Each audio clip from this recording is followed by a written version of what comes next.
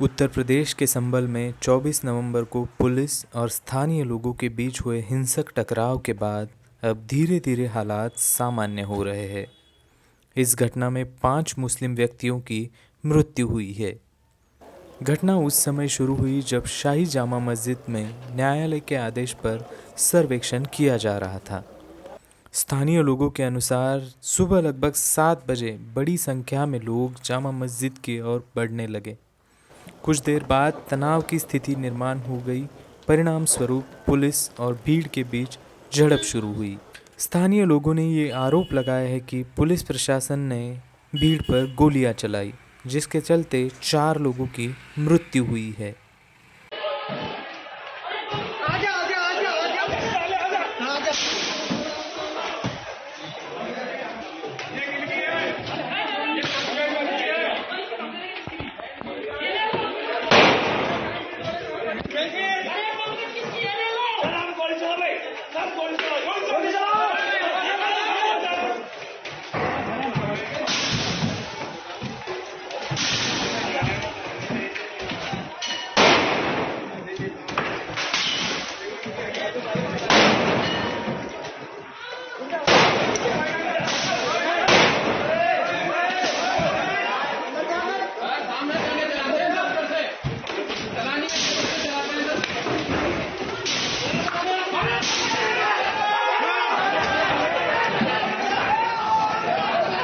हालांकि supreme court ने शुक्रवार को संभल में शाही जामा मस्जिद के सर्वेक्षण की अनुमति देने वाले अदालती आदेश को चुनौती देने वाली याचिका पर सुनवाई करते हुए जो याचिकाकर्ता है उनको इस मामले को लेकर हाईकोर्ट जाने को कहा और ट्रायल कोर्ट को मामले की सुनवाई होने तक इस पर कोई कार्रवाई न करने का निर्देश दिए गए हैं।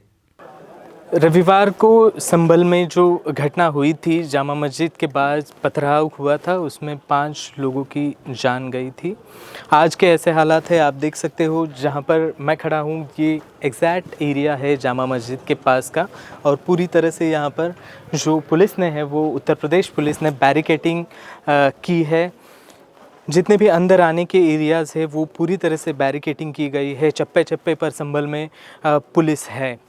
रविवार 24 नवंबर को घटना हुई थी। घटना में 5 लोगों की मौत हुई थी। आधिकारिक तौर पर प्रशासन का ऐसा कहना है कि 4 लोगों की मौत हुई थी। पोस्टमार्टम एक व्यक्ति का नहीं हुआ था, इसलिए उसको आधिकारिक तौर पर ये 4 लोग की मृत्यु कह रहे हैं।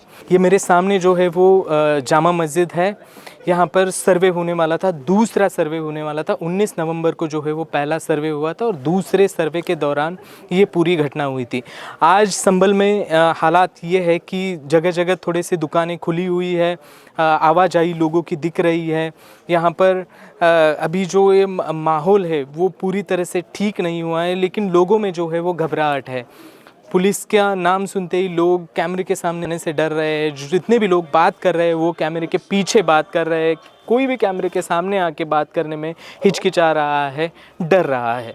पूरे संभल शहर में हर चौराहे पर पुलिस के जवान तैनात है। शहर मानो पुलिस की छावनी बन गया है। रविवार की घटना के बाद शहर के हालात धीरे धीरे सामान्य हो रहे हैं, लेकिन जामा मस्जिद के आसपास रहने वाले लोगों के मन में डर कायम है। मस्जिद के पास के एरिया में जहां गोलियां चली थी, उसके आसपास के ज़्यादातर घरों में ताले लगे हैं।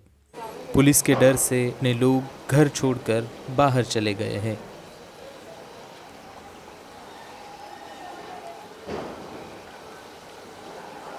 हमने जब लोगों से बात की तो यही उनका कहना था कि उनको डर है कि जिस तरह से पुलिस आकर गिरफ्तारी कर रही है या आके पूछ रही है कि आप उस घटना में इन्वॉल्व थे या नहीं थे।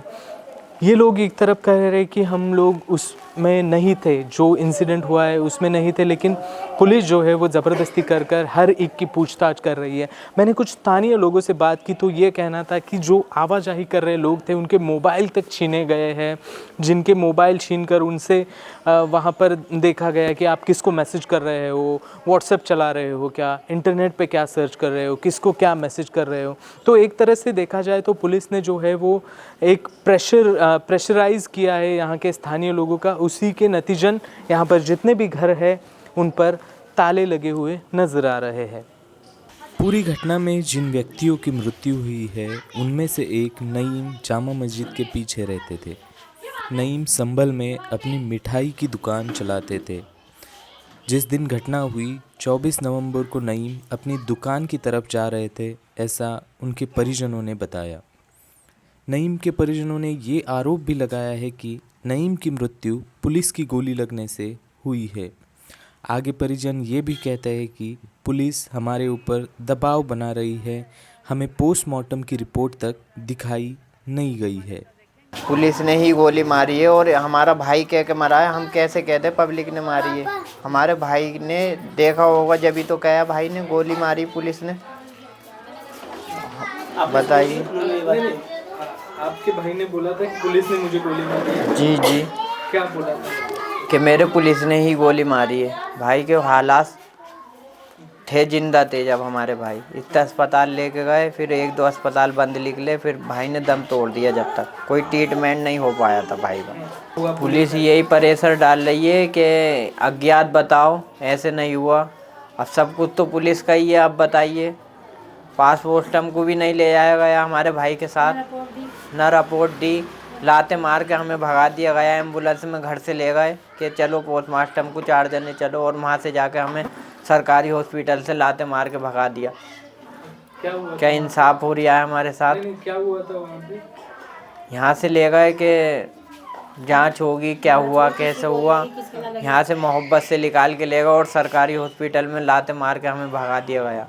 कौन सा हॉस्पिटल था और क्या? सरकारी संभल में ही है, शंकर चौराहे की तरफ।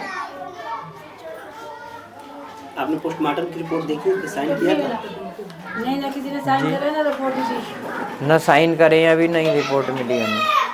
संभल से करीब 4 किलोमीटर दूर हयात नगर के पास सराय तरीन में रहने वाले बिलाल 24 नवंबर की सुबह संभल में जामा मस्जिद के पास अपने कपड़ों की दुकान खोलने जा रहे थे। उसी सुबह जो हादसा हुआ, उस हादसे में बिलाल की मृत्यु हो गई। 22 वर्षीय बिलाल के पिता सराय तरीन में फल की रेहड़ी लगाते हैं। साधारण परिवार से आने वाले बिलाल की मृत्यु से पूरा परिवार गहरे सदमे में है।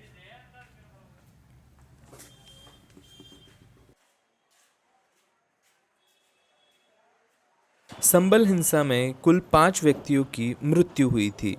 परिजनों का आरोप है कि पुलिस की फायरिंग के कारण ही उनके परिवारजनों की मृत्यु हुई है।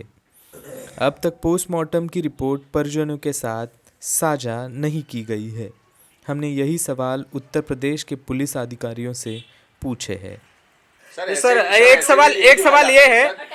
सवाल ये है कि रविवार को इंसिडेंट हुआ है, आज गुरुवार है, कल शुक्रवार हो जाएगा। लगभग कितने लोगों की मौत हुई है, मौत की पुष्टि हुई है आधिकारिक तौर पर, और जिन लोगों की मौत हुई है उसके लिए रिस्पॉन्सिबल कौन है?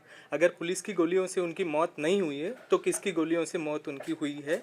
ऐसा परिवार वाले आरोप लगा रहे हैं कि पुलिस की गोलियों से ही उनके परिजनों की मौत हुई है। तो इन्वेस्टिगेशन किस हद तक पहुंचा है और कोई SIT स्थापन की जाएगी या कोई अभी तक का क्या स्टेटस है पुलिस का? इसके जो 4 लोग या 5 लोग मरे हैं, क्योंकि 5 लोग इज द मोर, बहुत बड़ा आंकड़ा है ये। जो आप कह रहे हैं 5, 6, 10 निश्चित रूप से उसके बारे में साक्ष्य तो होगा हमारे पास। ये आधिकारिक हो चाहे ऑफिशियल चाहे अनऑफिशियल, 4 लोगों की ही मृत्यु हुई है। जिसकी मृत्यु होती है उसका पोस्टमार्टम होता है, उसकी रिपोर्ट होती है। तो 4 लोगों की मृत्यु हुई है और 4 लोगों का पोस्टमार्टम हुआ है। इसमें कहीं दूसरी 2 राय है ही नहीं। एक व्यक्ति मुरादाबाद में उपचाराधीन है। दूसरी बात जो आपने कही कि किसकी गोली से मृत्यु हुई, कोई आरोप लगा रहे हैं। आरोप तो सिर्फ एक नहीं 10 लगाए जा रहे हैं। मैं कह रहा हूँ 10 नहीं, आप 100 आरोप लगा रहे हैं। साक्ष्य तो दीजिए। हम जो भी बात बोल रहे हैं हम साक्ष्यों के आधार पर बोल रहे हैं और हर एक चीज प्रामाणिक तौर पे बोल रहे हैं। मैं कहता हूँ हर एक चीज को सुनने को तैयार है।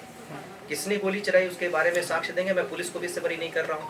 मैं कह रहा हूँ आप साक्ष्य दीजिए, हम उसके बारे में भी जो समुचित कार्रवाई है बिल्कुल करेंगे। अगर कोई दोषी है, किसी को भी किसी की जान यूं ही लेने का अधिकार नहीं है। एग्जैक्टली। तो हम उसमें पूरी तरह कमिटेड है कि जांच करेंगे। हमने जितनी बातें अभी तक कही हैं उसके बारे में प्रमाण दिए हैं और लोगों से बातचीत भी कर रहे हैं। लोगों से हर तरीके की इनपुट मिल रही है, लोग सहयोग भी कर रहे हैं और बराबर हम आपके बीच में भी शेयर कर रहे हैं। हम जो कदम उठा रहे हैं, हम इस मामले में पूरी तरह ट्रांसपेरेंट है। तो पहली बात ये, किसी आरोप में नहीं जाऊंगा, किसी बयान में नहीं जाऊंगा। जिनके परिवार में मृत्यु हुई है वो परिवार दुखी है, उसके पास जो भी आएगा, कुछ भी कहेगा, उस बात को मान लेंगे। तो बयान के आधार पर कोई चीज़ नहीं कहेंगे, साक्ष्य के आधार पर कहेंगे। और उसमें हमने जो भी जरूरी साक्ष्य है, मैं पहले दिन से सभी कुछ शेयर कर रहा हूँ, सारे कारण भी बता रहा हूँ। केवल एक वीडियो का आधार बना के आप सारी बातें नहीं कर सकते। वो भी वीडियो जो आपने किसी ने भी नहीं ली है, जिसने सीसीटीवी कैमरा फोड़ दिया कि उनका कैप्चर न होने पावे। तमाम मोबाइल फ़ोन लोगों के पास हैं, किसी ने उसको कैप्चर नहीं किया कि ये देखो जी पुलिस मार रही है। अगर कहें कि उसमें अफरा तफरी में किसी को वीडियो लेने का अवसर नहीं मिला या ऐसी कंडीशन नहीं थी कि वीडियो लिया जाए, तो मस्जिद के पीछे से तो वीडियो लेने का मौका मिल गया कि ये देखो धुआं उठ रहा है, जबकि वो धुआं गाड़ियों से उठ रहा था। मैं किसी भी बेबुनियाद चीज़ को इसमें शामिल नहीं करना चाहूँगा। एक तथ्यपरक चीज़ है, एक घटना घटी, सबको पता है वहाँ पे कैसे क्या हुआ, उसके बारे में हम पड़ताल कर रहे हैं।